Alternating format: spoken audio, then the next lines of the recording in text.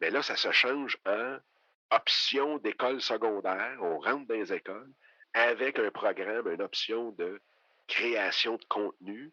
Fait que dans le studio ici, je vais avoir entre 20 et 30 étudiants par année qui vont avoir pris l'option création de contenu, YouTuber. Ici votre hôtesse Amélie Delebel et je suis très heureuse de vous accueillir sur le podcast Athlète Entrepreneur qui met en évidence des parcours inspirants d'athlètes ou d'anciens athlètes de haut niveau qui se sont tournés vers le milieu entrepreneurial. Ce rendez-vous hebdomadaire vous présente des entrevues qui seront vous motiver à atteindre votre plein potentiel. C'est parti! Bonjour, je suis très heureuse de vous accueillir pour cette deuxième saison de mon podcast Athlète Entrepreneur lors de cet épisode 159, soit la troisième et dernière partie sur les hauts et les bas de l'entrepreneur et mentor Dominique Sicotte. Avant de vous parler de mon invité du jour, je voulais vous parler de l'hébergeur de podcast Ocha que j'utilise pour mes deux podcasts. Cette plateforme 100% francophone n'est pas qu'un hébergeur, mais aussi un super outil marketing qui vous permet, entre autres, de générer des clips audio avec transcription, de planifier et publier directement vos publications sur les réseaux sociaux, ainsi que de bâtir votre propre liste de courriels. Pour obtenir un essai gratuit de 2 semaines, simplement vous rendre au amidelebel.com/Ocha, A-U-S-H-A. J'ai eu le plaisir de discuter à nouveau lors de cette émission avec Dominique Sicotte, ancien hockeyeur et entrepreneur. Nous avons justement discuté lors de cette dernière partie de ses plus récents projets, soit l'Académie A.B. Foster, située à Waterloo, ici au Québec, et YouTubers Inc., l'une des premières formations francophones qui aide à développer son mouvement avec et sur YouTube.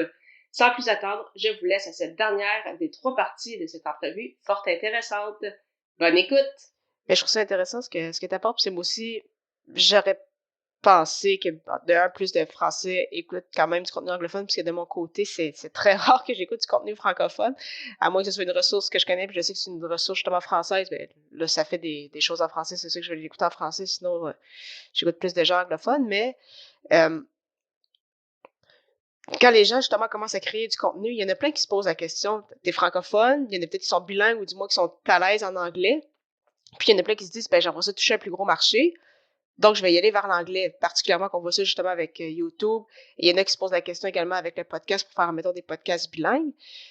Toi, qu'est-ce que t'en penses? Est-ce que c'est mieux d'essayer de faire mixer anglais-français? Est-ce que c'est mieux d'en faire en anglais? Ou justement, on le sait qu'il y a de la place en francophonie, donc de miser sur cet aspect-là qu'on a? Moi, je suis un fan de t'as une chaîne ou t'as un podcast, tu le fais en français, tu le fais en anglais.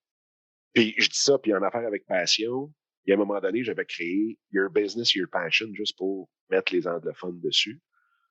Mais je mettais quand même l'entrevue en anglais sur une affaire avec passion.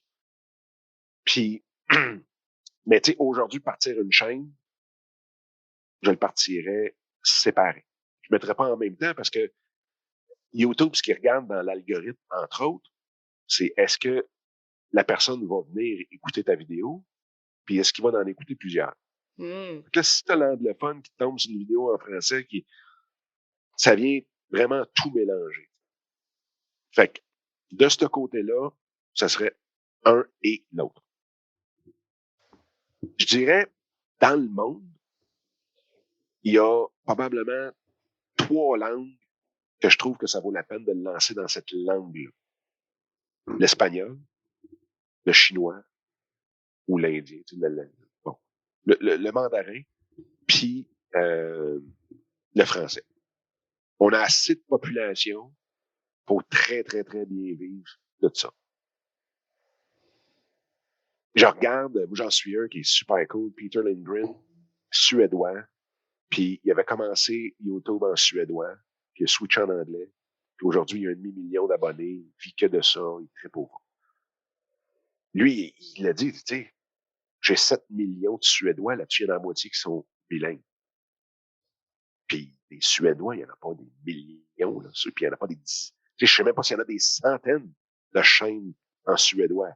Fait que si tu cherches comment faire telle chose, les chances sont bonnes que le Suédois va tomber sur de l'anglophone ou il pourra juste pas l'écouter parce qu'il n'y a pas de chaîne encore suédoise qui parle de ce sujet-là. Fait que c'est pour ça que lui, il l'a changé, puis aujourd'hui, il ne le regrette pas. mais pas du tout.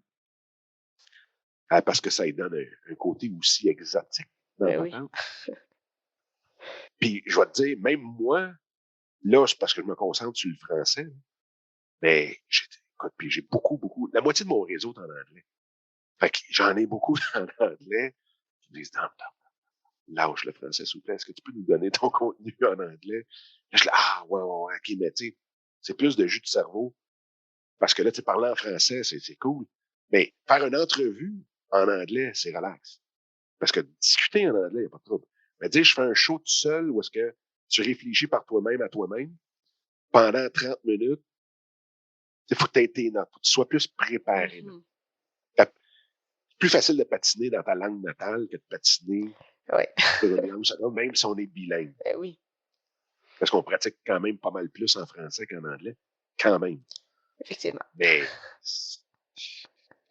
c'est ça. C'est là. Mais je te dis pas qu'en 2022, il y aura une chaîne en place. Oh, fait qu'un autre projet à suivre. T'as trop de projets, là. Ben, c'est que j'ai décidé qu'il y avait 100% de mon temps que je passais dans les studios. Oui. Fait que, de là, tu sais, même avec l'académie pour les jeunes, on n'a pas parlé, mais non, c'est ça. Pour en parler non plus, mais l'académie pour les jeunes, c'était beaucoup sur l'entrepreneuriat pour les jeunes de 16 à 25 et tout. Mais là, ça se change en option d'école secondaire. On rentre dans les écoles avec un programme, une option de création de contenu.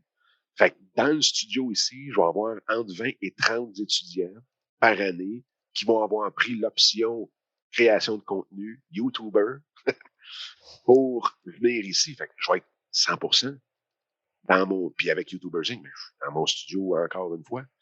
Fait que c'est pour ça que même, tu vois, sur la chaîne de direct, les lives, mais là, je veux bâtir comme 2, 3, 4, 5 shows différents. À toutes les semaines. Tu sais, d'avoir comme un, tu deviens un peu, c'est ça qu'on dit à tout le monde depuis très longtemps, mais tu deviens un média par toi-même.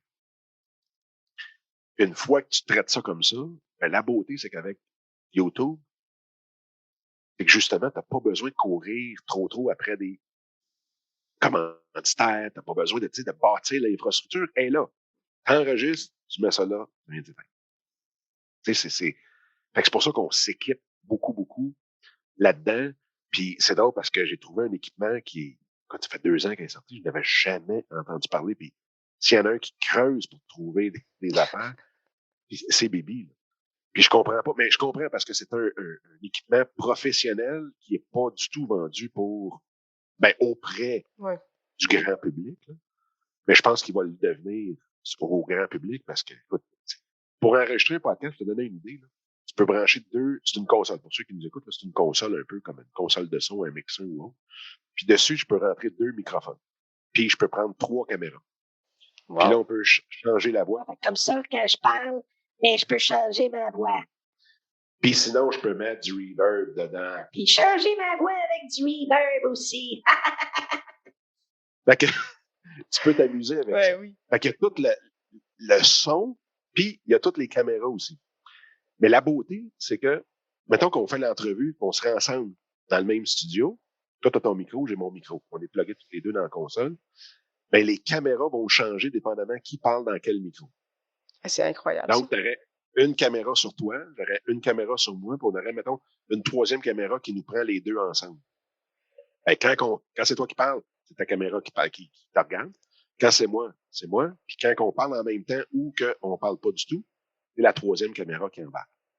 Et là, on peut faire 6, 7 scènes différentes. Ou est-ce qu'au lieu d'être un après l'autre, on est un à côté de l'autre quand on parle en même temps? Il y a un paquet de choses que tu peux faire où est-ce que tu n'as même plus besoin de faire de montage vidéo. Présentement, là, j'enregistre mes vidéos, mais je l'ai reçu la semaine passée. J'enregistre mes vidéos. Non, je l'ai reçu cette semaine. J'enregistre mes vidéos. J'ai 3 caméras. Puis dessus, il y a un change aléatoirement de caméra. Habituellement, tu fais du montage vidéo, puis là, tu dis, OK, zoom in, zoom out pour donner un peu de dynamisme dans ta vidéo. Là, c'est les caméras changent tout seules au fur et à mesure. Puis là, tu peux dire, OK, la caméra principale reste 20 secondes dessus. Elle, c'est 7, l'autre, c'est 12. Puis là, ben, aléatoirement, poum, poum, poum, ils vont changer. Fait que t'as plus besoin de... Ben, t'as besoin d'un monteur pour aller mettre tu sais, de la musique, des petites garages de même. Mais ton coupage, puis toute la quête, Ben oui. t'en as plus C'est besoin. incroyable.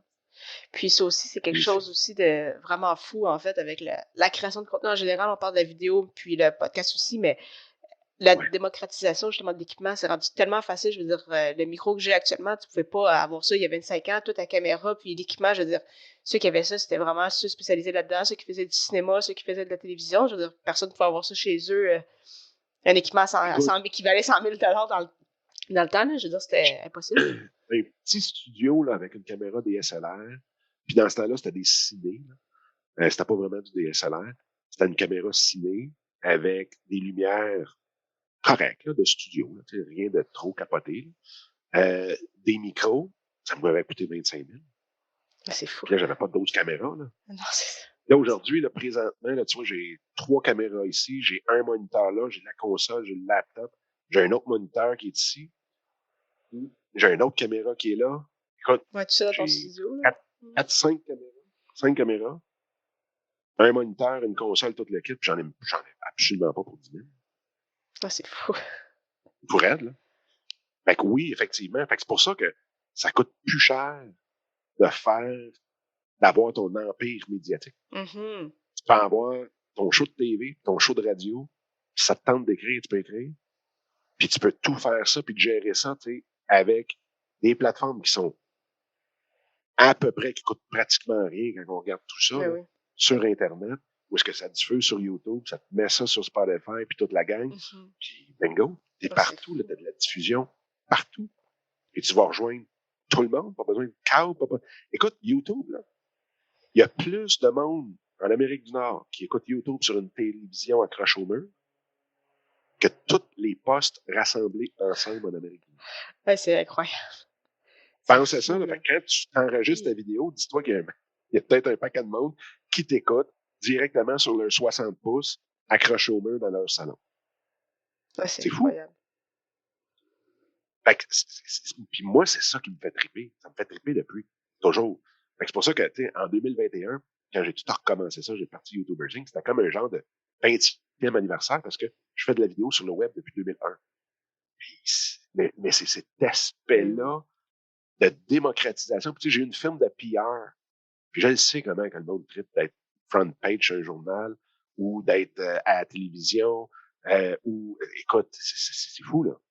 Moi j'ai déjà réalisé un show pour Radio-Canada en Angleterre à Cambridge. Parce que Radio-Canada, ça ne lui tentait pas d'envoyer le réalisateur qui était Prévost, puis l'autre, le producteur, je me souviens plus c'est qui. En tout cas, bref. Puis là, j'ai dit, ben, je vais y aller, moi. Je suis parti à Londres. J'avais mon équipe de tournage. On est allé à Cambridge, puis j'ai tourné c'était pour Découverte, le show Découverte. Mais non. Puis j'ai réalisé le show de Découverte qui était sur les prions. Vous pouvez même checker ça, c'est les prions, P-R-I-O-N, la fameuse maladie de la vache folle puis chez les animaux, puis Crystal Jackham chez l'humain.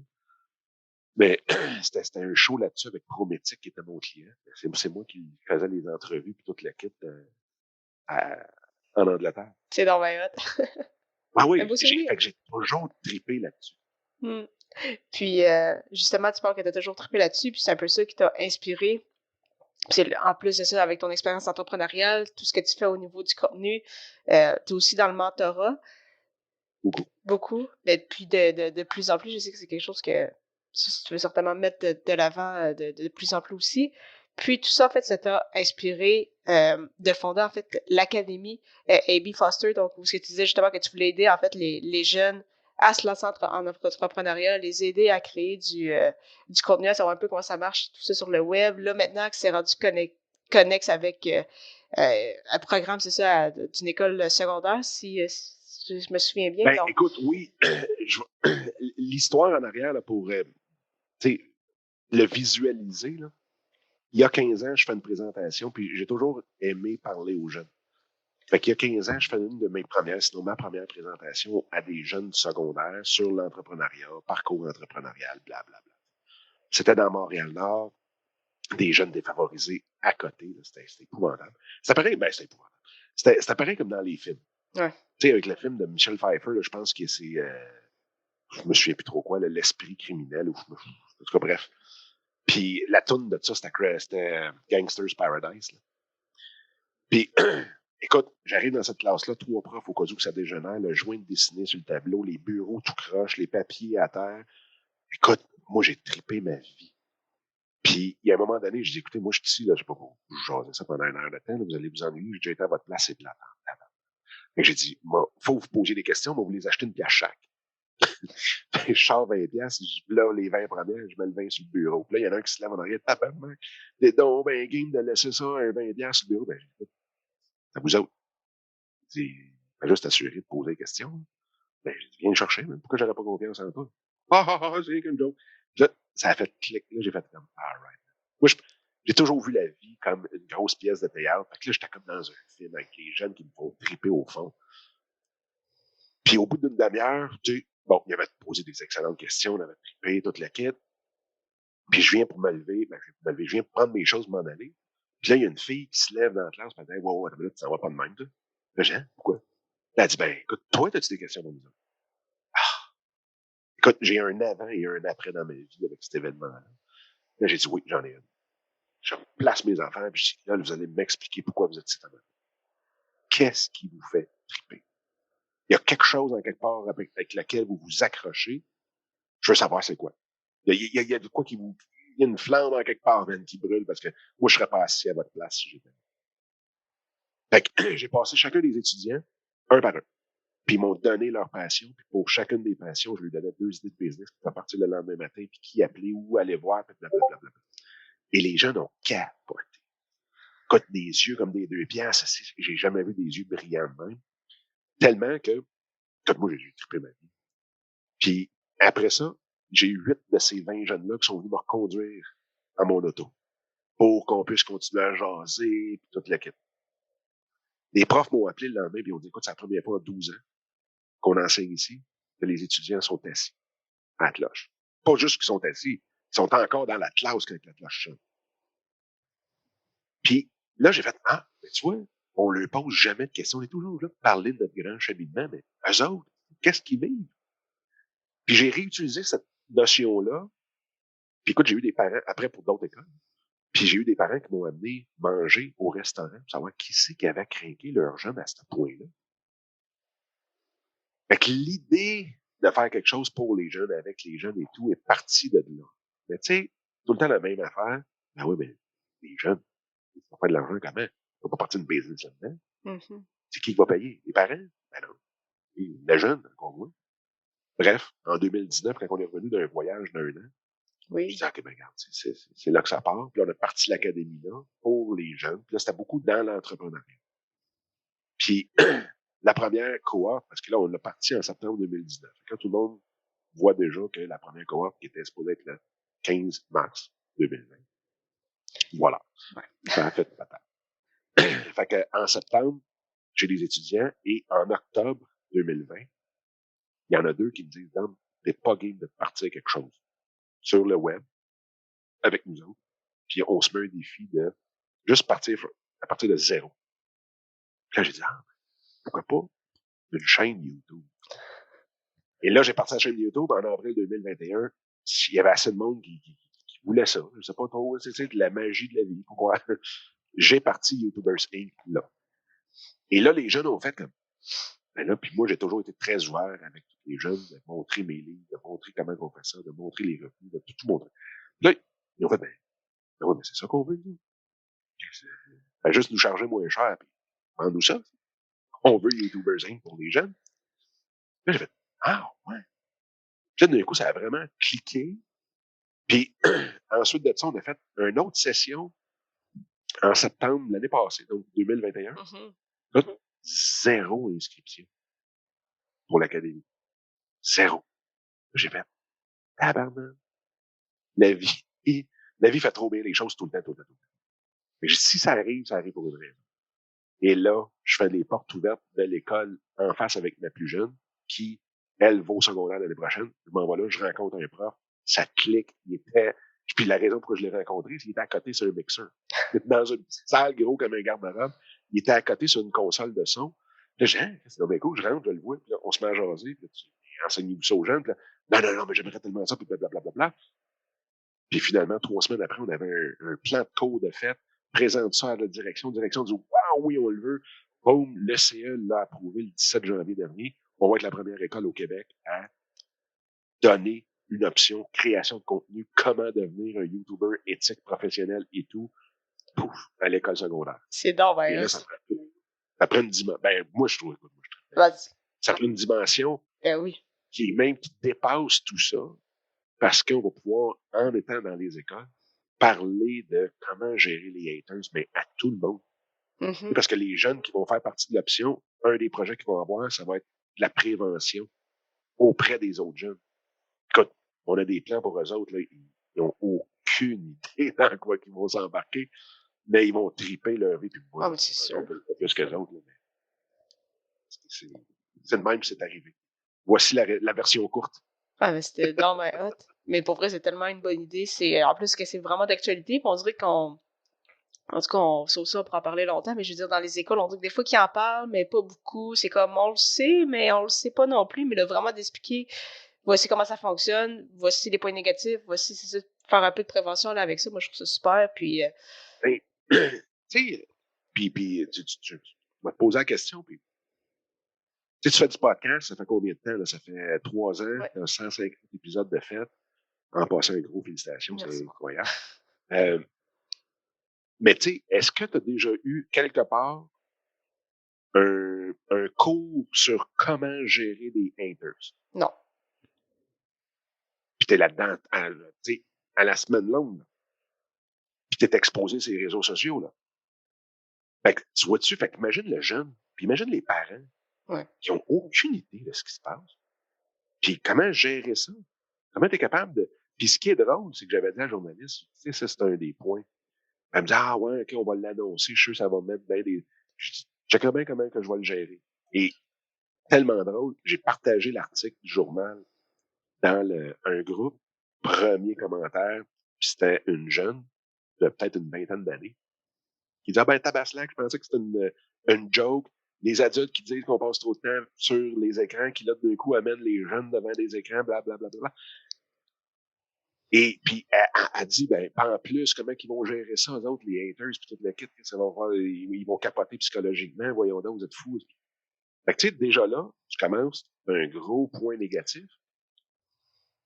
Puis, en y répondant, sa réponse à elle après, ça a été, hey, un gros merci de votre réponse, super respectueux, j'adore votre projet, si je suis en arrière de ça, $100 000. Mais c'est juste dans la façon que tu le réponds. Mm-hmm. C'est dans la façon. Puis moi, c'est parce que j'ai été à la bourse longtemps. Dans la relation publique, c'était juste de la relation publique financière. Donc, on gérait les actionnaires. Il n'y a pas plus émotif que quelqu'un qui investit la moitié de son hypothèque dans un stock, et le stock plante de moitié. Ouais. Fait que faut que tu gères les haters, t'en as la journée longue. Puis dans ce temps-là, c'était pas ces réseaux sociaux, c'était au téléphone. Fait que, mais quand tu sais pourquoi qu'ils écrivent ça, de quelle façon qu'ils l'écrivent, il y a 4-5 façons d'être capable de qualifier un hater puis d'y répondre. Mais une fois que tu le sais, ça, c'est une pinote, là. Pas grave. Mais tant que tu le sais pas, les 5 catégories d'haters, ça te font capoter. Ah, si tu accumules, à un moment donné, tu claques. Là. Fait que c'est ça qu'on veut vraiment, vraiment apporter dans les écoles. C'est faire de la prévention, parce qu'il y en a beaucoup qui savent qu'ils vont recevoir des commentaires négatifs parce qu'eux-mêmes en mettent. Fait que souvent, on a peur d'être critiqué parce que nous autres même on critique. On a peur que le monde nous critique comme nous on critique les autres. Fait que tout ça va être démystifié d'un bout à l'autre. Puis on a 2 cours là-dedans qui sont juste avec les parents aussi. Fait que les parents vont participer à ça, puis ils vont venir voir que c'est pas juste des selfies, mais il y a un processus artistique en arrière de ça, de vraiment cool, de création, de créativité. Ils vont y participer, puis ils vont le voir. Ah, ben, c'est beaucoup mieux ça. Ils vont savoir qu'ils sont appuyés tout le temps. Ah oui. Ah, mais je trouve ça le fun, c'est tellement... En tout cas, moi, je trouve ça génial comme comme projet, là, plutôt que laisser justement les jeunes apprendre, parce que de toute façon, il y en a qui vont vouloir créer, je veux dire, il y en a qui sont là-dedans, puis tant qu'à vouloir faire comme si ça n'existait pas, ou comment en parler, mais c'est pas trop être impliqué, vraiment être là-dedans, puis dire, voici comment ça fonctionne, les points négatifs, voici des solutions, comment on peut faire ci, comment on peut faire ça, et moi, je trouve ça génial, j'aurais vraiment trop à voir ça à l'école, là. Donc, je suis certaine qu'il y en a plein qui qui vont se dire la même chose. Là, effectivement, 2022, ça semble assez rempli pour toi, mais ce serait quoi les objectifs, justement, que tu voudrais réaliser tant au niveau, avec les entreprises qu'au niveau de la création de contenu? Tu as glissé quelques mots tantôt, justement, avec ce projet-là, Gary V, mais est-ce qu'il y a d'autres choses? Oui, pour YouTubers Inc., c'est sûr que ça va être de le faire croître beaucoup. Ben, beaucoup. Ce qui est drôle, c'est que présentement, les personnes qui entrent dans YouTubers Inc. sont à 100% référées par des membres de YouTubers Inc. Donc, il n'y a aucune publicité qui est faite pour garder l'état d'esprit qu'il y a là-dedans, puis le bâtir comme il faut avec la gang. Fait que ça, je te dis pas que je ferai jamais de pub de ma vie là-dessus, mais c'est de le faire croître, puis de faire peut-être 1 à 2 voyages par année de création de contenu dans des endroits complètement capotés. Puis c'est drôle parce que j'ai fait un genre de sondage auprès des membres. Puis là, j'ai dit, bon, ben, où c'est que vous aimeriez faire le premier voyage? Là, Costa Rica, Mexique, Portugal, Italie. Puis j'avais mis Iceland. Comment on dit ça en français? Islande. Islande ou ouais, c'est ça. l'Islande. Fait que, et 80% du monde ont dit l'Islande. Fait que, là, j'ai trouvé ça vraiment. Mais ça va Fait que faire des ça, belles c'est vidéos. une des premières. Ouais, ben oui. Puis, fait que ça, j'ai trouvé ça vraiment trippant. Et l'autre chose, ça va être de mettre vraiment, d'asseoir comme il faut l'option pour les jeunes. Je veux avoir entre 10 et 18 créateurs de contenu établis qui vont venir leur parler à ces jeunes-là, qui vont partager leur histoire, partager leurs trucs avec eux autres. Puis en même temps, ben, cette semaine, là, je te donne un scoop parce que ça, c'est pas annoncé nulle part, mais le manoir Maplewood, où est-ce que Star Academy est tourné présentement depuis les 2 dernières années. Je parlais du projet avec le propriétaire, les nouveaux propriétaires. Puis il a dit, ben oui, là, ils viennent coucher. Parce que moi, ce que je veux, c'est que les influenceurs soient capables d'avoir une nuit gratos au manoir Maplewood. Oh. Puis c'est fait. Fait que tout le monde qui vont venir rencontrer les jeunes va avoir une nuit gratis au manoir Maplewood, qui est le plus beau manoir du Québec. Et de loin, sinon en Amérique du Nord, en tout cas au nord de la Rio Grande. mais fait que, tu sais, ça, de l'établir comme faut, puis ensuite de ça, de l'exporter, autant en anglais qu'en français, mais en Europe, puis dans les autres écoles au Québec, puis de vraiment faire en sorte qu'on va avoir démystifié, vulgarisé la création de contenu, puis que c'est pas juste, puis là, je veux pas les juger, mais je les connais pas personnellement, mais mettons des histoires du Mexique. Comme on a vu dans l'avion, c'est pas ça. C'est pas ça de la création de contenu. Puis c'est comment faire pour ne pas se rendre. Mm-hmm. Fait qu'à partir de là, ben, puis c'est beaucoup, beaucoup aussi de l'aide. Parce que moi, ce que je veux, c'est même de créer des cellules d'aide et de ressources pour les jeunes et les parents versus les médias sociaux aussi. Ça va être créé avec et pour les jeunes. Ah, c'est Mettons qu'on voit très, très, très grand, je pense que ça passe rien. Eh oui. En tout cas, C'est facilement. Parce qu'on veut en faire aussi, pas juste une option, mais d'en faire un programme sport-études, mais là, ça serait création de contenu-études. Fait que ça, je pense que ça pourrait être vraiment... Ben oui. Ah, c'est vraiment hot. Des beaux objectifs, Dom, c'est vraiment cool. C'est vraiment je vois ça. C'est quoi déjà l'adage qui dit bise la lune pour que tu tombes dans les étoiles ou quelque chose comme ça? Je sais pas si ça ressemble à ça. Ou think big. Comme le disait Olivier Gratton ici. Mais merci encore une fois, Dom, pour ton temps. Juste avant, comme j'aime toujours, terminer mes entrevues. Celle-ci qui est d'ailleurs un nouveau record et de loin. Ma première question en rafale qui est: quelle est la chose la plus importante que le sport t'a enseigné? L'esprit d'équipe. De loin. De loin? Ouais. Ton On plus, n'est jamais plus gros que le club. un beau rappel. Ouais. Ton plus beau souvenir sportif. Les tournois puis les séries. Les séries. Écoute, moi, j'étais un tripeux de Bob Gainey. Puis à un moment donné, je m'étais disloqué une épaule. Puis ça, je pense que c'est le plus beau souvenir.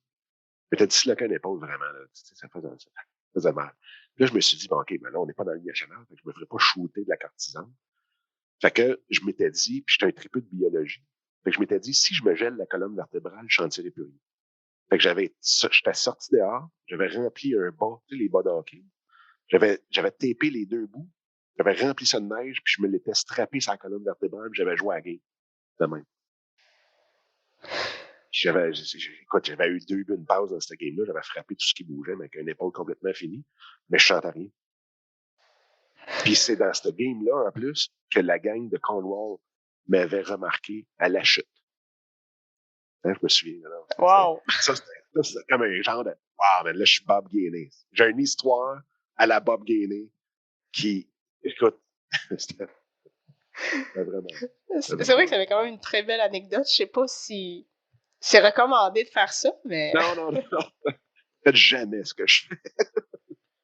faites pas ce que je dis, mais en tout cas. Ouais, c'est ça. Puis, quel serait en fait, je sais que tu dois en avoir plusieurs, mais ton meilleur conseil pour un athlète ou un ancien athlète qui se lance en affaires, qui se lance en entrepreneuriat? Amusez-vous.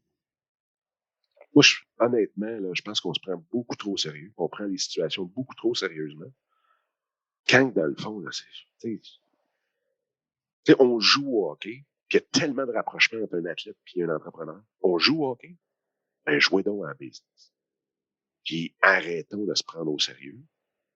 Puis avec ça, là, ça va tellement être plus facile que vous allez avoir autant de fun que ça a de place sur le terrain. Petite question bonus. Ton réseau social préféré, YouTube n'est pas inclus. Puis ça donne bien parce que c'est pas un réseau social. Effectivement. C'est pour ça, je l'ai précisé. Je te dirais que j'aime beaucoup TikTok, mais j'aime Instagram parce que c'est plus complet. Instagram, t'as de l'image, t'as des shorts, tu peux avoir de la grosse vidéo, des stories, des reels, de l'image. Fait que c'est très, très, très complet, facile à consommer, facile à Perdre un peu de produire. temps aussi dessus. Pardon, mais ben ça, pour TikTok, je pense que, écoute, puis c'est drôle parce que j'aime pas ça en parler, mais TikTok, pour la première fois en 15 ans, Google n'est pas le site le plus visité au monde. Ah, c'est incroyable quand j'ai vu ça, oui. C'est TikTok qui est le premier. Fait que, on en perd. Mais moi, j'ai toujours dit TikTok, c'est la plateforme où ce que vraiment le meilleur côtoie vraiment le pire. Mm-hmm. Fait que faut que tu aies une For You page qui ça fasse du sens. Effectivement. Mais si j'avais à me stationner puis d'en choisir juste une, je pense que j'aurais plus de fun sur Instagram. Non, mais un beau mot de la fin, là. Mais merci pour vrai, encore une fois pour ton temps. Pour vrai, c'était vraiment incroyable. Puis en plus, je sais qu'on aurait pu parler pendant encore beaucoup plus longtemps de plein d'autres choses. C'était tellement un gros parcours. Je veux dire, c'est vraiment le fun de discuter avec toi, c'est ça, de tout ce qui s'est passé au niveau entrepreneurial, la création de contenu, ce qui s'en vient.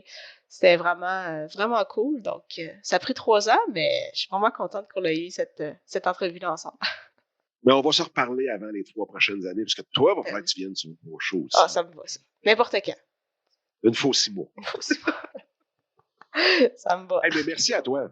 Merci à toi, puis un gros félicitations pour ton show qui est vraiment, vraiment, vraiment trippant, qui sort de tout ce qui existe. Puis ça, tous ceux qui veulent voir, puis qui touchent écouter quelque chose qui est différent, ton show est vraiment ça. Ah, mais merci de me C'est faire. un beau modèle pour tous ceux qui veulent se lancer. Non. Mais merci, Valentin, ça fait encore plus. J'apprécie beaucoup. Cool! Merci beaucoup encore une fois à Dominique Scott pour son temps et en souhaitant que vous ayez apprécié ce 159e épisode officiel d'Athlète Entrepreneur. Si vous souhaitez acheter vos suppléments et vêtements pour sportifs tout en encourageant une entreprise sociale canadienne qui remet 20% de ses profits aux athlètes, Athlete Nation est le choix tout désigné. Profitez d'ailleurs de rabais de 10% au amidelebel.com/Athlete Nation avec le code promo spécial de ce podcast, soit AE majuscule 10. Je vous donne rendez-vous à l'épisode 160 avec l'une de mes premières invitées sur ce podcast, soit Geneviève Desmarquis, ancienne athlète internationale de taekwondo qui a vécu beaucoup de changements depuis plus de 3 ans. Ne manquez pas ça!